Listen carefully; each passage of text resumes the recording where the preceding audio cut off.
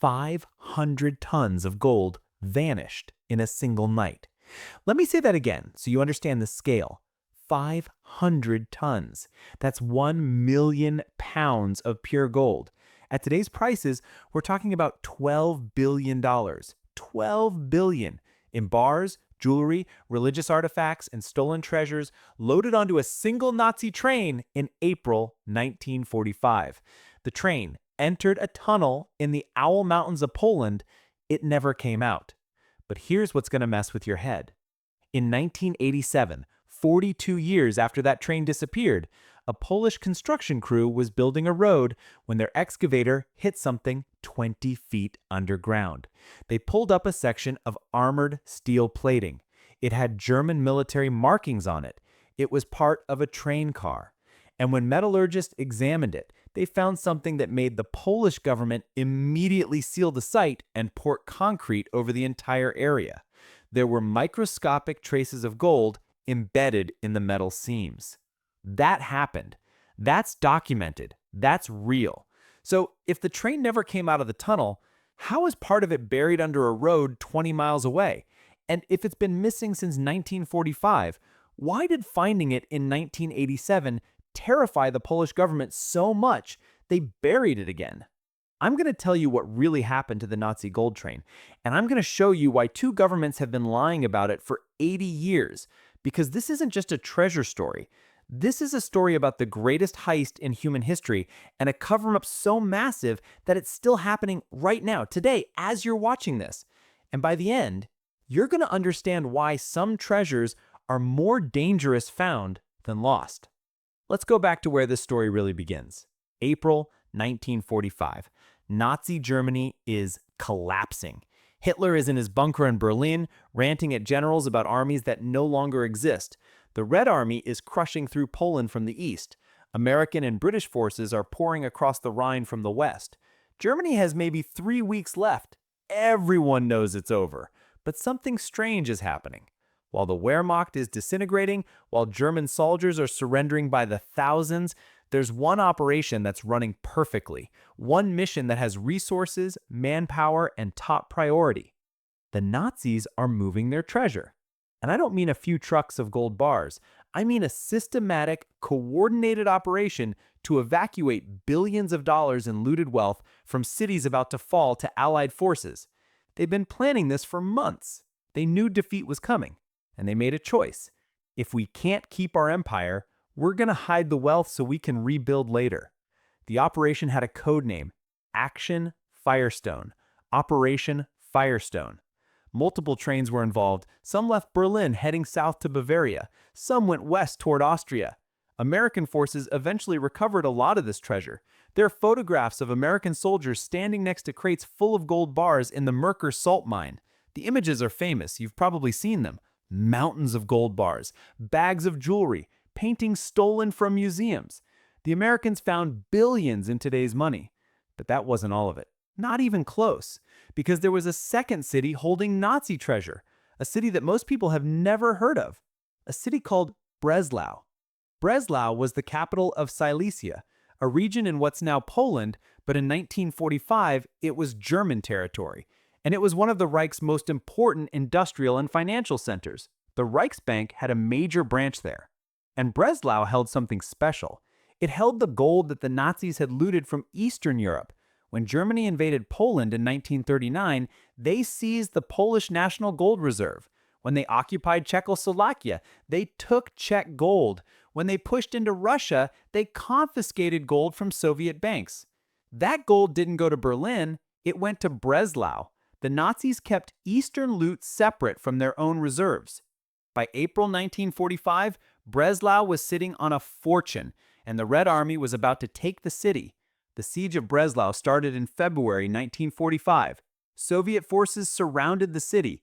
Hitler declared it a fortress city, which was his insane way of saying everyone inside should fight to the death rather than surrender. The German garrison was ordered to hold at all costs. The siege would last almost 3 months and kill tens of thousands of people. But before the Soviet ring completely closed, there was a window.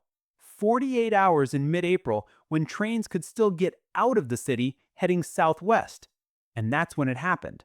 On the night of April 23, 1945, a railway worker named Klaus Goldman was ordered to report to the Breslau freight depot. When he arrived, SS officers were everywhere. The platform had been cleared of civilians. Armed guards patrolled the perimeter. And sitting on the tracks was a train that Goldman had never seen. Goldman gave testimony about this in 1953 to West German investigators. He described what he saw in detail. The locomotive had steel armor plates welded to it, thick plates covering the engine and the tender. The freight cars were reinforced, and they were being loaded with crates, heavy crates that took 4 men to carry. Goldman asked an SS officer what was in the crates. The officer looked at him and said something Goldman never forgot: the future of the Reich. 8 freight cars were loaded. The loading took 6 hours. When Goldman asked where the train was going, the SS officer said, "Somewhere the Bolsheviks will never find it." At 2 a.m. on April 23rd, the train departed, heading southwest toward the Owl Mountains. Now, here's where most tellings of this story say the train disappeared into a tunnel and was never seen again. But that's not what happened, because we have witnesses, multiple witnesses, who saw that train after it left Breslau. And their testimony reveals something nobody talks about. The train didn't disappear immediately. It was seen. A Polish woman named Zofia Nowak lived in a village called Ludwikwitz, about 15 miles from the town of Walbrich in the Owl Mountains. She was 18 years old in April 1945. In 1976, researchers interviewed her. She described being woken up in the middle of the night by an unusual sound: a train. Trains didn't run at night anymore because of Allied air raids, so hearing one was strange. Zofia looked out her window. She saw a train moving slowly through her village. She remembered it specifically because the locomotive looked wrong. It had what appeared to be metal sheets covering it. And there were soldiers on the train, armed soldiers standing on top of the freight cars with machine guns. The train was heading toward the mountains. The date Zofia remembered was April 24th, 1945. Another witness, a Polish miner named Jan Kowalski, worked in the tunnel systems around Walbrich. The area was full of mines and tunnels, some for mining, others built by the Nazis for reasons nobody fully understood. In late April 1945, Kowalski and other miners were working near a specific tunnel entrance when SS officers arrived with armed guards. The miners were ordered to leave immediately. The entire area was sealed off. Kowalski said he watched from a distance and saw the train being directed into a side tunnel. This wasn't a main line. This was a service tunnel that led into the mountain. The SS officers worked through the night. The next morning, Kowalski and the other miners were allowed back to work, but the tunnel entrance was gone. It had been collapsed. Fresh rubble and newly poured concrete sealed it shut. Kowalski gave this testimony in 1958 to Polish authorities. He said he never saw that tunnel entrance open again. So we have 3 independent witnesses: a railway worker who saw the train being loaded, a civilian who saw it passing through a village, and a miner who saw it enter a tunnel that was then sealed. 3 different people, interviewed years apart, none of whom knew each other, but their stories align perfectly. The train existed. It carried something valuable. It went into the Owl Mountains, and it was deliberately hidden. But hidden where? And what were those tunnels for? Let me tell you about Operation Reese, because this is where the story gets dark. Starting in 1943, the Nazis brought thousands of forced laborers to the Owl Mountains: Jews from concentration camps, Polish political prisoners, Soviet POWs. They were worked to death digging tunnels. When I say worked to death, I mean it literally. Conservative estimates say at least 5,000 people died creating these tunnel systems. They died from exhaustion, from starvation, from being beaten by guards, from tunnel collapses. The tunnels they created are massive. We're talking cathedral-sized chambers carved into solid rock, passages wide enough to drive trucks through, a network extending for miles underground, and nobody knows why the Nazis built them. The official Nazi documents that survived say Operation Reese was for underground weapons factories, but that explanation doesn't make sense. The tunnels are in the middle of nowhere, far from rail lines and supply routes, and the chambers are too large. Some are 3 stories tall with arched ceilings. You don't need that much space for weapons production. Some historians think they were bunkers for Hitler and Nazi leadership, but there's no evidence of residential construction. No kitchens, no living quarters, just enormous empty chambers. And here's the strangest part. By April 1945, most of these tunnels were still unfinished. They were partial chambers and incomplete passages. Whatever the Nazis intended, they never completed it. Or did they complete exactly what they intended? What if Operation Reese was never about factories or bunkers? What if it was always about creating a hiding place? Think about it. You're Nazi leadership in 1943. You can see the war is turning against you.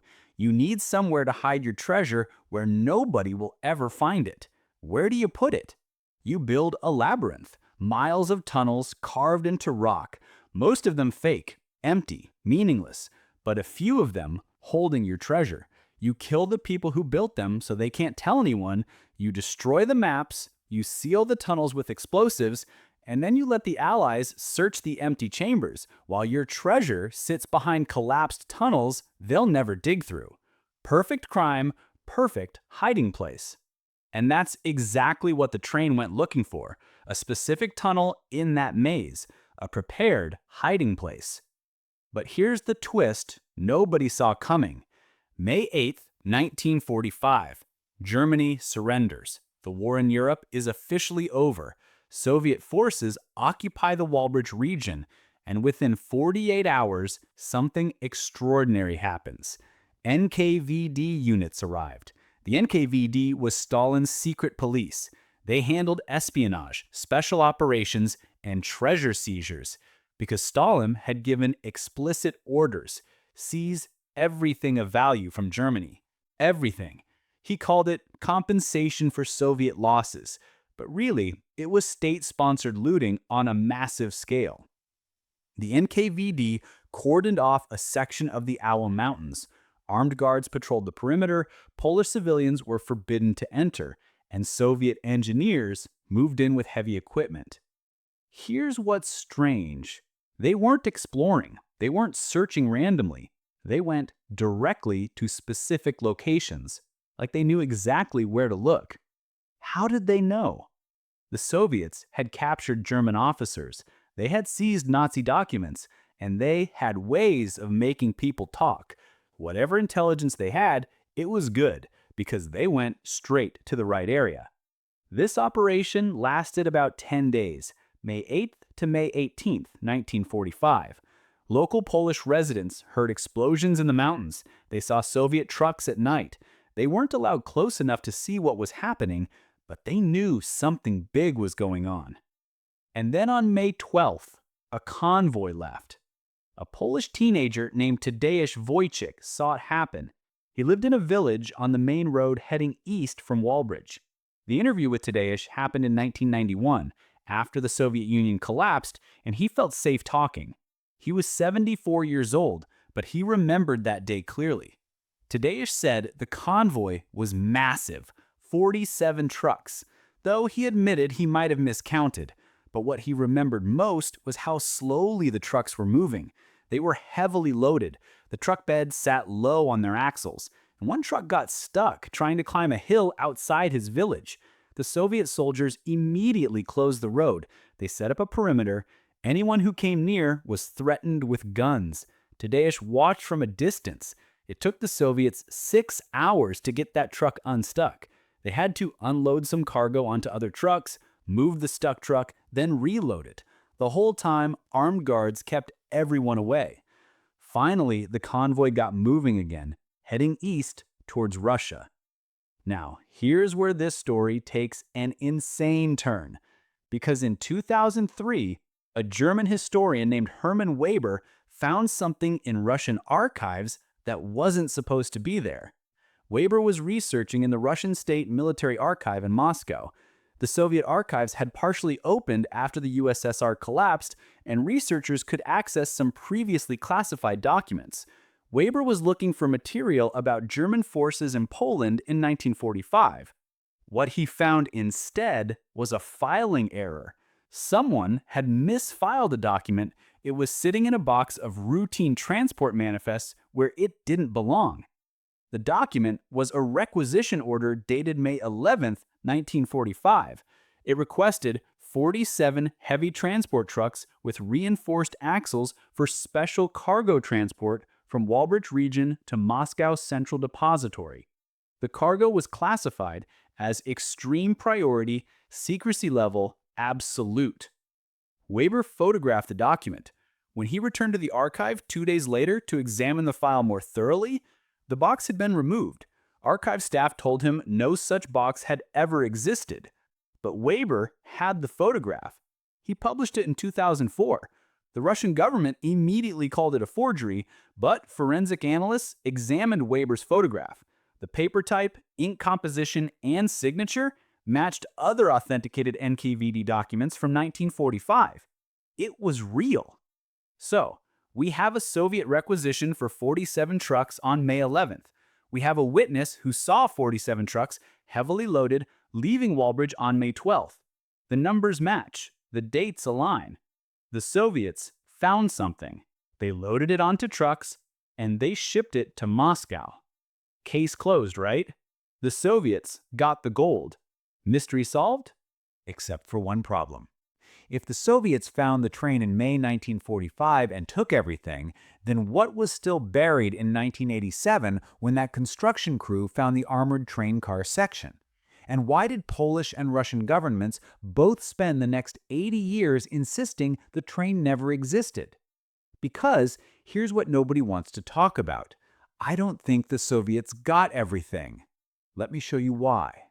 In 2019, a Polish journalist named Marek Kowalski interviewed a 94-year-old man named Stefan Nowak.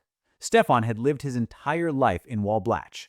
He'd never told his story to anyone official because his father had warned him it was too dangerous. But Stefan was dying, and he wanted someone to know what he saw. In the summer of 1945, a few months after the Soviets first arrived, Stefan was in the forest near one of the collapsed tunnel entrances. He was hunting rabbits. It was evening, getting dark. He heard voices. He hid and watched. Polish men were working at the tunnel entrance with Soviet officers supervising. They'd cleared some of the rubble. They were digging into the collapsed tunnel. Stefan watched for over an hour. He saw them bring crates out of the tunnel. Not many, maybe 10 or 12 crates. They loaded the crates onto a truck and drove away. Stefan ran home and told his father. His father grabbed him and said, "You never saw that. You were never there. If anyone asks, you know nothing. These are dangerous men, and they will kill anyone who talks." Stefan kept that secret for 74 years. So the Soviets came back. They didn't get everything in May. They returned in the summer and recovered more. Which means either the treasure was too big to transport in one operation, or they didn't find everything in May and came back after getting better intelligence. Either way, it proves one thing: the treasure was real. But here's the question that's going to haunt you. If the Soviets made 2 trips and they had months to search, did they get it all? Or is some of it still there? Let me give you one more piece of evidence that changes everything. In 2018, a Polish geological survey team used LiDAR technology to map the Awo Mountains. LiDAR uses laser pulses to create detailed topographical maps. It can see through forest cover and detect underground structures. The survey found something nobody expected: 73 previously unknown tunnel entrances. 73! These were tunnels that weren't on any Nazi map, tunnels that locals didn't know existed, tunnels hidden by 75 years of forest growth. The Polish government has explored exactly 12 of those 73 tunnels, and 3 of the 12 contained evidence of Nazi activity: rusted equipment, discarded tools. In one tunnel, they found an SS medallion in the dirt. That means there are 61 unexplored tunnels that we now know exist, tunnels the Nazis built, tunnels nobody has entered in over 75 years. And the Polish government has declared the entire region off limits. Exploring the tunnels requires permits that are essentially impossible to get. Why? Officially, it's because the tunnels are dangerous, risk of collapse, possible unexploded ordnance, but unofficially, think about what happens if someone finds 500 tons of Nazi gold. First, who owns it? Under international law, Nazi-looted property must be returned to original owners or their descendants. But that gold was melted down from thousands of sources: Jewish families, Polish banks, Czech treasuries. How do you prove ownership of a gold bar that was refined from wedding rings stolen from 100 different families? You can't. So the gold ends up in legal limbo for decades while countries and families fight over it in court. Second, and this is darker than you think, that gold represents murdered people. Every gram was stolen from someone. Much of it came from Holocaust victims. Finding it means confronting that horror. It means families learning their great-grandparents' wedding rings were melted down into Nazi gold bars. It's easier to leave it buried. So Poland keeps the tunnels closed. Russia denies everything, and the treasure stays lost. But here's what keeps me up at night. Someone knows. Someone has always known. Let me tell you about Wolfgang Nagel. He was an SS officer in charge of treasure protection in Silesia in April 1945. He survived the war. American forces captured him, and he spent 2 years in a POW camp. When he was released in 1947, he went back to Germany and lived quietly in Munich. He worked as an accountant, never gave interviews, never talked about the war. He died in 1983. But before he died, he told his daughter something. She revealed this in a 1995 interview with a German magazine. Nagel told her he supervised the loading of a train in Breslau in April 1945. He said the train carried the Reich's last insurance policy. He said he rode the train to the Owl Mountains. He said they hid it where only the gods could find it. And then he said something chilling. When the Soviets arrived, the clever ones had already taken their share. Who were the clever ones? Nagel never explained, but his daughter said he lived very comfortably in Munich, too comfortable for an accountant's salary. He traveled extensively, he collected art. When he died, his estate was worth over 2 million marks. Where did that money come from? And Nagel wasn't alone. Historians have identified at least a dozen SS officers who served in Silesia in April 1945 and lived surprisingly affluent lives after the war. Men with no inheritance, no business success, but somehow enough money to buy property and live luxuriously. The theory is these men took small amounts for themselves before hiding the bulk of the treasure. They knew where it was. After the war, they quietly recovered what they'd hidden and sold it on the black market. If that's true, it means pieces of the treasure have been surfacing for 80 years, small amounts, sold discreetly, never enough to attract attention, but enough to make a few men very rich. And it means the main treasure is still there, because if those officers only took small amounts, that means the bulk of it was too much to move. Too heavy, too obvious. They took what they could carry and left the rest. So here's what I think happened. Based on everything we know, based on all the evidence, the Nazis loaded between 300 and 500 tons of gold and treasure onto a train in Breslau on April 23, 1945. The train entered the Owl Mountain tunnel system. SS officers, including Wolfgang Nagel, hid the cargo in prepared chambers deep in the tunnel network. They split it up. Some in one location, some in another. Insurance that if someone found one cache, the rest stayed hidden. Some SS officers took small amounts for themselves, personal insurance policies. They hid these separately, planning to return after the war. The Soviets arrived in May 1945. Through captured documents and interrogations, they learned about the train.